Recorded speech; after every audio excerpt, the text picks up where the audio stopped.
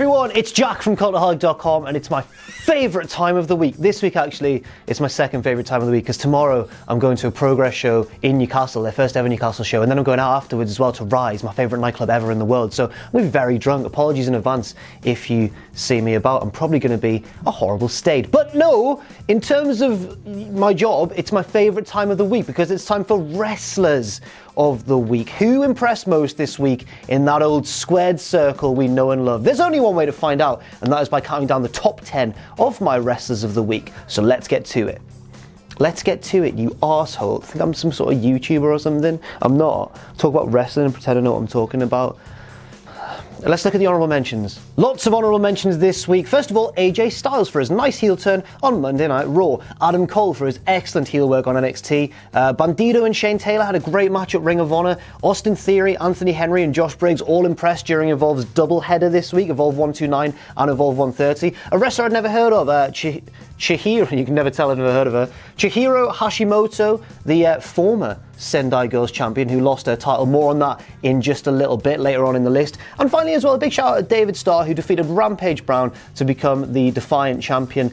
And there was a bit of an ambiguous ending to Defiant, actually. Obviously, Defiant is the promotion formerly known as WCPW, which I used to work for. And yeah, no one really knows if it's continuing or not. There seem to be some tweets and stuff put out that suggest it might be ending. There's some that suggest it might be continuing. But there was an emotional video package after his victory, which recounted the title, recapped the title history of that belt. And I just think, if it's ending, I'm quite sad about that, because it was a promotion that was a big part of my life for a couple of years. So, yeah.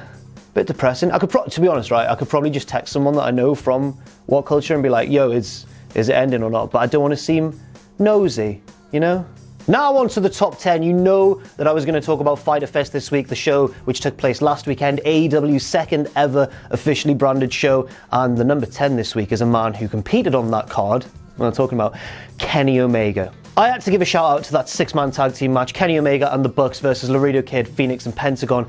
It was many people's favourite match of the night, not my own personally, but I totally understand if it was your favourite one. And the difficult thing about 6-man tags is the load is often shared so evenly that it's hard to really pinpoint one impressive performance and designate some points. Also, this week was an incredibly strong week, as you'll see later on in terms of singles action, so there was a lot to compete with here. Even though the match itself was brilliant, performances were better elsewhere because they had more to do, if that makes any sort of sense. But I think the standout man in this match for me was Kenny Omega. Pretty much every time Omega was in the ring in this match, it was electrifying, especially his closing sequence with Laredo Kid, where Kid jumped off the corner and Omega met him with just a jumping V-trigger. I love the V-trigger, one of my favourite moves in wrestling. He nailed him with it, hit the one-winged angel, and picked up the victory for his team. And then, obviously, that wasn't all of his work done for the night. After the main event, he jumped Jon Moxley, another running V-trigger down the ramp. It was awesome. Beat him up, used the band, like the guitars and the drum kit and stuff, set up at the side of the stage, and really helped continue the momentum of their feud. I love Kenny Omega. He's one of my favourite wrestlers in the world, and for a time I thought he probably was the best wrestler in the world. Now he's got a more diminished schedule. It's hard to keep him on that lofty sort of perch, but I feel as though maybe if he moves to a more regular schedule with All Elite Wrestling, once they get TV, but for example, in October, I think maybe he could shoot back up those rankings again. So I think he finished second in last year's Wrestlers of the Week standings. He's way far down in this time around, just because he's had less to do. But if he keeps on putting in performances like this, and I'm sure his match with Moxley at All Out's going to be a banger, then we could see him rise once again like the proverbial Phoenix. Not Phoenix who he battered in this match, the Phoenix like Harry Potter and that, you know. Now on to number 9, let's talk about the man he is feuding with currently, Jon Moxley. Moxley, of course, took part in the main event of the evening, except it kind of wasn't, because it was an unsanctioned match, but it was the last match on the card, you know what I mean, against Joey Janela in an unsanctioned match, and it was just brutal at times, really exciting to watch if you enjoy that sort of wrestling. Even if you don't enjoy sort of hardcore-y style wrestling, deathmatch wrestling, I'm not saying this was a deathmatch, but there were certainly deathmatch elements to it. I think even if you're not into that sort of thing, you'll still have found this match entertaining. I certainly did, and I'm partial to a bit of hardcore stuff, but it's not like my favourite type of wrestling in the world or anything. But this match was awesome. I think all of Moxley's matches since leaving WWE have been awesome. Can't wait to see him compete in the G1, which starts tomorrow, actually. That's not going to feature a Moxley match. He's in Block B, which takes place after. But it's going to be very exciting to see what he can do against some fresh opponents.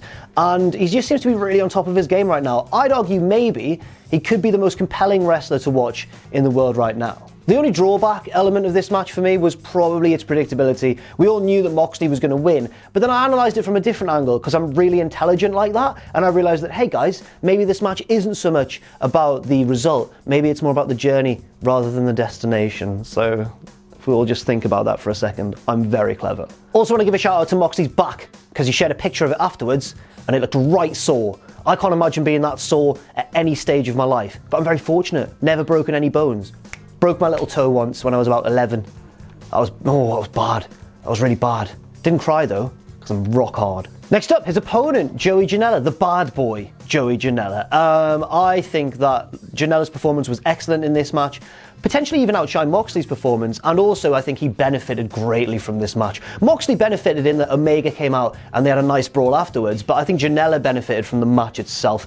I mean, AEW's platform is really giving indie stars a chance to shine in front of a much larger audience. I'm not doubting the fact, of course, that Joey Janela is a massive star of the independent scene, but I think that this match could really put him on the map. It was the main event. It was a bold move to put one of the lower card guys, not lower card, but you know what I mean, to put not one of the main event talent in the main event, but I think it paid off. Everyone's going to be talking about Joey Janela now.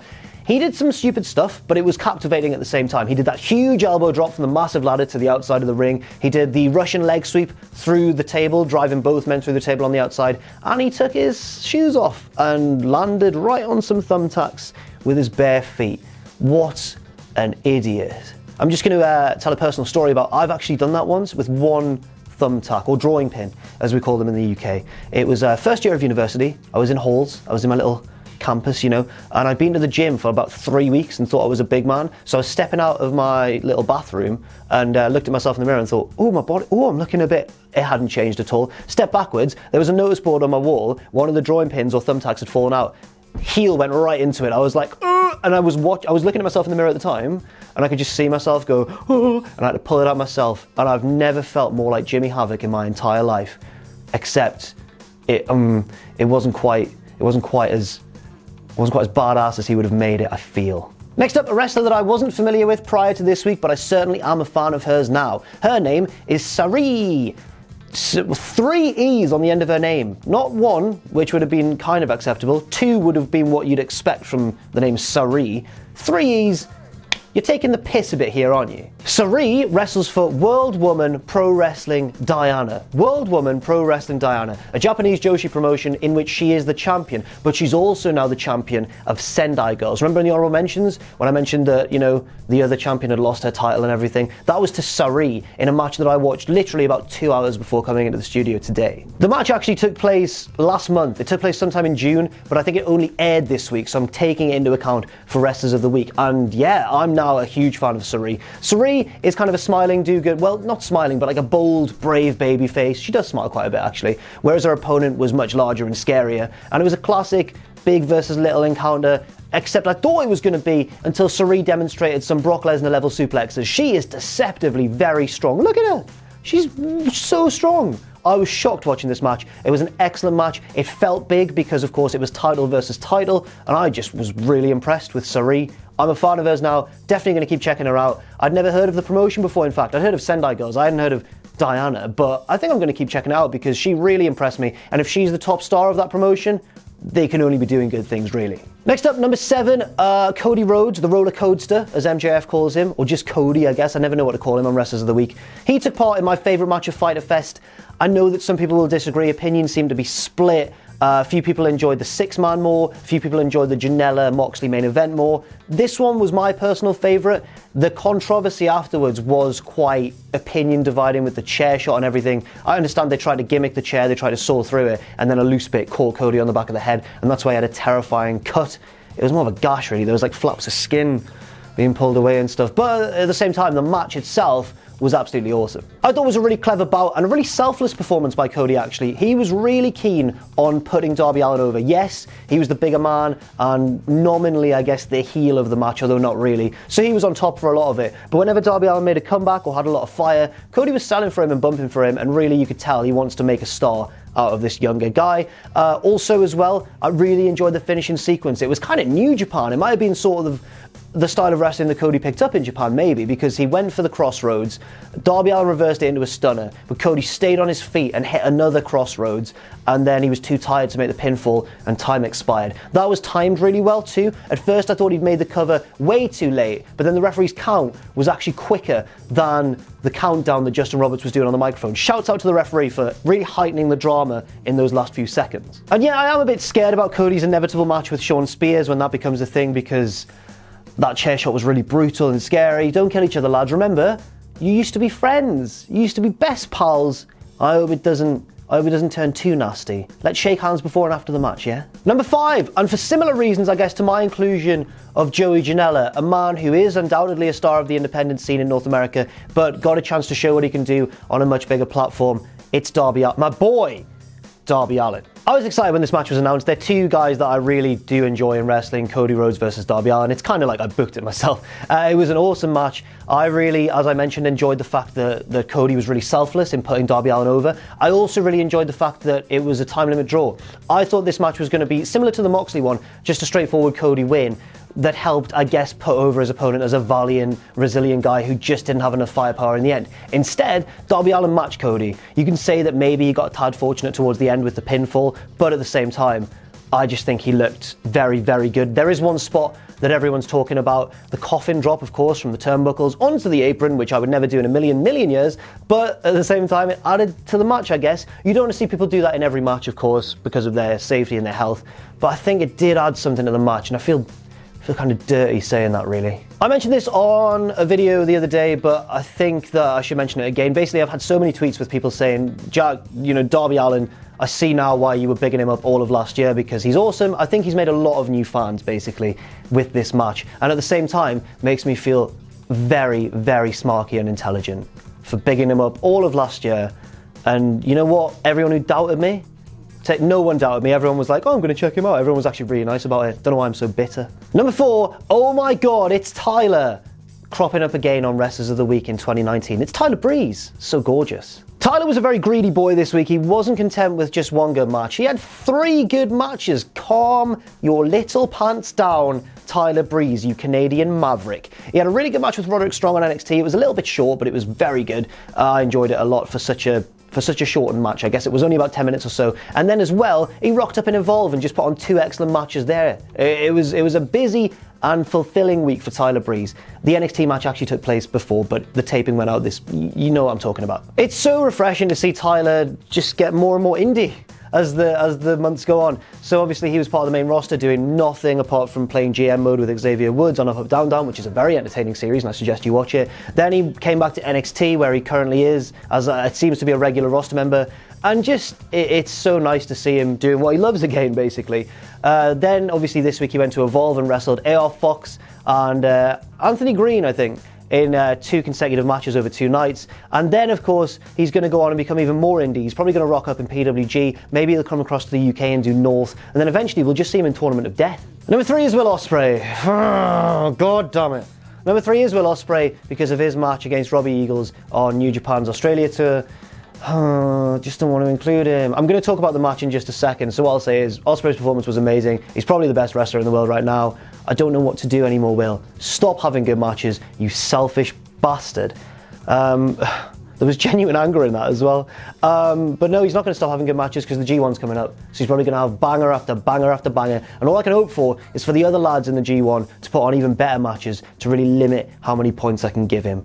But I'm really concerned that's not going to happen. Number 2 is Ospreay's opponent, Robbie Eagles, in that match. And the match was really good, blah, blah, blah. I strongly suggest you check it out. It was awesome. Of course it was. But it wasn't just... Right, let me teach you a little lesson right now about professional wrestling, because I understand the business, kids. That was some carny speak for you there. Ospreay and Eagles was a great match, not just because of the moves, because as AJ Styles once taught us, moves are easy.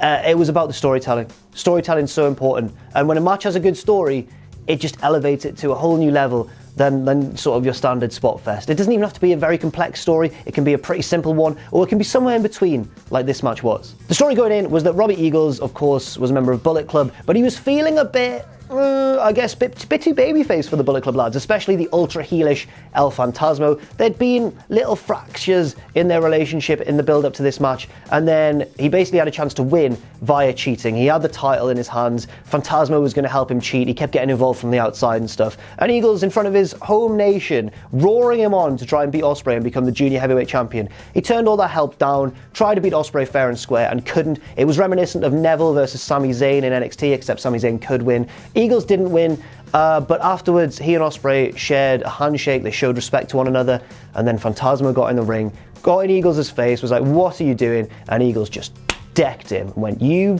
bastard." And now Eagles is a member of Chaos. He's jumped from one faction to another. Really good storytelling from New Japan, as per usual, to be honest, and a really good performance from Robbie Eagles in and out of the ring to top it off. And finally, my rest of the week, it's my sad duty to inform everybody that winter is here. The end times are coming, because the heel of this list since like about week 2 of 2018 has finally won Wrestlers of the Week. He's my Wrestler of the Week, and if you've been watching the series for a while, you'll know who it is. It's Roderick Strong. That's right, Roderick Strong is my Wrestler of the Week, and you know what? He didn't do his normal Roderick Strong thing. Roderick Strong, as we all know, waits for a week where there's not been much good wrestling, sneaks in there, grabs a few points, maybe 7 or 8 points with a good match, and then gets out of there with his points in the bag. This time, he did it the proper way. He waited for a week when there was loads of good wrestling, and he himself did loads of good wrestling. It's deep analysis on Wrestlers of the Week, man. Roddy kind of did what Tyler Breeze did this week. He had 3 awesome matches. One, of course, was against Tyler Breeze, which Roderick was able to win and destroy Tyler Breeze's back on the ring steps in the process. That was on NXT. Then in Evolve, he had matches on both nights. One against Anthony Henry, which was a banger of a match, and then another really good match as well the next night in the main event, I believe, against the current Evolve champion Austin Theory. Strong won both matches, but it was a non-title match, the last one, so he didn't actually win the Evolve championship, but boy howdy, he's had a really good week. It's the end of days. It's the end of days, not in a Baron Corbin way, in like an apocalypse way. Roderick Strong is Wrestler of the Week, and it just feels wrong. So my question for you is this, right? Does Roderick Strong's behaviour constitute a babyface turn? Not in wrestling, God no, in the canon of Wrestlers of the Week, the delicate fabric that we weave every Friday, my favourite time of the week, and yours as well. Let me know in the comments whether you think Roderick Strong has turned babyface in Wrestlers of the Week terms. Not in wrestling, he's still a member of the Undisputed Era, he's still clearly a heel, but in Wrestlers of the Week, has he totally, in the words of Lloyd Christmas, totally redeemed himself? So without any further ado, let's take a look at... Oh no, it wasn't Lloyd who said that. It was the other one in Dumb and Dumber. It wasn't Jim Carrey's character. So without any further ado, let's take a look at the league table. So as you can see, Ospreay's extended his lead. Oh, brilliant. I'm so happy. Nothing's really changed for a while until we get down to the lower reaches of the top 25, but it is the G1 starting tomorrow, so we could see all the changes happen over the next couple of months. Once we get down a little bit further, we see that Darby Allen is now level with Jordan Devlin in 18th and could rise higher depending on how his AEW career goes, and Jon Moxley is lurking just below the top 25. We can't see him yet, but if his performances are anything to go by, we could see his name appear very soon. Thanks very much for watching, and let us know what you think in the comments section down below. You can follow Cultaholic on Twitter at Cultaholic and on Facebook at facebook.com/Cultaholic. If you enjoy what we do, then please do check out our Patreon, patreon.com/Cultaholic, where you can pledge. And don't forget, of course, most importantly of all, to hit subscribe and to join us.